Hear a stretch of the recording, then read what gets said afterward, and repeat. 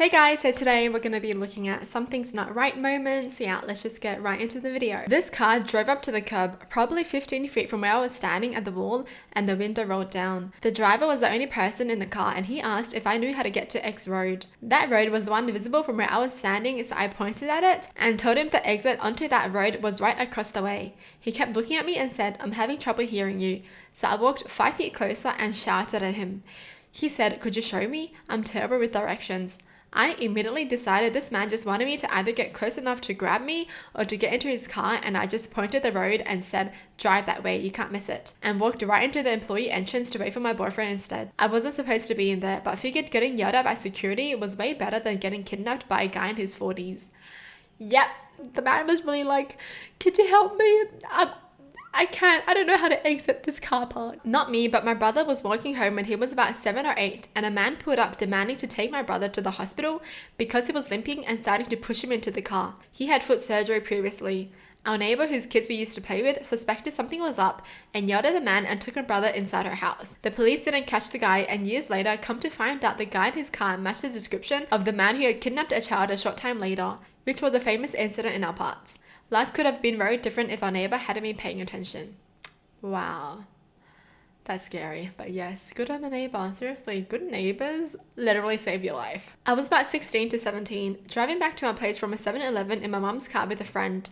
The streets were deserted as it was middle of the night at around 2 a.m. We put up to the stoplight, and a motorcycle with a pillion on the back put up unnecessarily close to our car's passenger side window. I had a bad feeling, but ultimately did nothing and proceeded to chat with my friend while waiting for the green light. Out of the corner of my eye, I saw the pillion pulling a rod or hammer from his backpack and starts to wind up. I peeled the F out of there real fast. Managed to lose the bike and got home safe. Friend didn't even know what was going on until we reached my place. Friend literally has no situational awareness. I was just a kid, but one time my grandfather decided to take my cousin and me on a trip to the gas station to pick up diesel for a tractor. We lived on a farm in the middle of nowhere, so there wasn't much else to do. I rode in the middle seat and my cousin in the passenger. My cousin and I are both 12 to 13 at the time and had long hair for boys in this town. When we get to the gas station, my grandfather parks at a pump and heads inside, leaving the keys in the truck with us buckled inside. Considering we live in a small town with next to nobody in it, where nothing happens, this wasn't unusual. All was normal until that point. Just before my grandfather had walked in, an elderly man of a similar age sitting on the bench outside of the station stopped him and pointed at us. I couldn't hear what they said, but I got a weird feeling about it suddenly. My grandfather walked inside after the short interaction and walked to the register. The man doesn't take his eyes off us from across the parking lot. He suddenly gets up and just starts walking right towards us. I start panicking and my cousin does too. As soon as he reached the truck, he opened the driver's side door.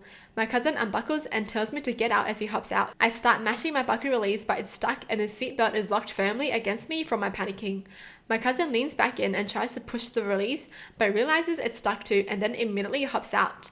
The guy just looks at me and grins as he reaches for the keys in the ignition. I still to this day remember looking at that evil smile and watching his fingers touch the key. It still gives me the chills, and I remember just thinking that I was done. The next thing I noticed was my cousin leaning back in with a hammer he grabbed out of the bed of the truck, screaming that he's about to hit him. The old man immediately throws his hands up and says he's just joking and climbs out. He walks behind the station just as my grandfather comes out none the wiser. When my grandfather gets back in, we both try to explain what just happened to him, but we aren't making any sense at all to him. I honestly just think it was the fact that we were in shock and he was so old and unsuspecting of that kind of thing in our area. As soon as we get home, we told the rest of the family about it. They immediately start questioning my granddad about what the man said to him. He tells them the man just asked if we were his granddaughters, but he didn't pay much attention to him because the man seemed deaf. This old creep thought we were 2 little girls and planned on abducting us. If my cousin hadn't been so fast on his feet, I'm not sure I would be here to tell the story. Yo, this shit scarred me for life. I remember it all so well. I was completely terrified and cried the whole way home as my cousin held me. This guy just looked at me and smiled like he was enjoying my sheer terror. It was nothing short of pure evil. I still dream about it from time to time, to be honest. As soon as my grandfather put it all together, he got all the men in my family to grab the guns and immediately drove back to the gas station. They called the police and we searched the area for him for about an hour before the police showed. I hope to God that he's rotting in a ditch somewhere. I probably shouldn't feel this way, but part of me wishes my cousin had beat him to death with the hammer. I would have got more sleep over the past 10 years since it happened. Yo.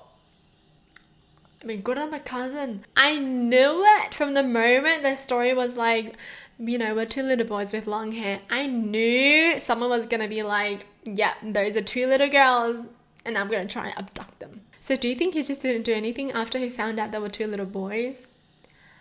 That's so messed up. That's so scary. The fact that the kids were already sus about this person, and then the fact that he comes close to the car, even opens the driver door, and it starts touching the ignition key. Oh, yeah, that would traumatize me for life too. But seriously, the cousin is a real one. Actual hero. I was about 13 years old and walking home from school along the railroad tracks. A police officer yells and waves me down to him. Stupid kid me starts to comply with the cop. Next thing I know, a real cop pulls up behind him, gets out and approaches the man. He speaks to him a second and tells me to go home. Looking back, I was this close to becoming a child abduction case. Yo. You know what? That is crazy, because I feel like, yes, a lot of kids will just be scared of cops and they'll just comply. Like, they don't think about, oh, it's a fake cop. That's not the first thing they think of. They'll be like, oh, am I in trouble? That's actually messed up, dressing up as a cop. Wow. I had just parked my car at work and had gotten out and was walking around to my trunk when I noticed a jogger in the parking lot I didn't recognize. Before and after work, we see quite a few people jogging and walking from the other businesses in the office park, so it's not an unusual sight. But this guy made me feel like I shouldn't turn my back to him for some reason.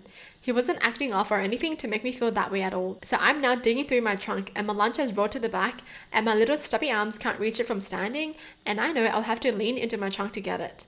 I start to lean and I'm still watching the jogger out of the corner of my eye and see him stop jogging and start sneaking along the line of cars leading to mine. In hindsight, I should have slammed my trunk shut and sprinted for the front door. What I did was square up and face the direction he was coming from and yell, "Good morning, can I help you?" when he slunk around the SUV next to my car. He was surprised and turned and hauled ass away. A second later, one of the managers came barreling out the front door towards me, yelling for me to get inside. There's a predator in the parking lot. We never saw the dude again, but I made sure everyone was on the lookout for him. I know better than to play on my phone in parking lots. Who knows what would have happened if I'd been distracted. That's smart of the girl to actually just square up, because I heard, yeah, when you actually confront someone, they're more likely to just, you know, run away. Seriously, these people have amazing situational awareness, because it's like the fact that she even knows the joggers around the area and knows like who's the usual and who's not the usual.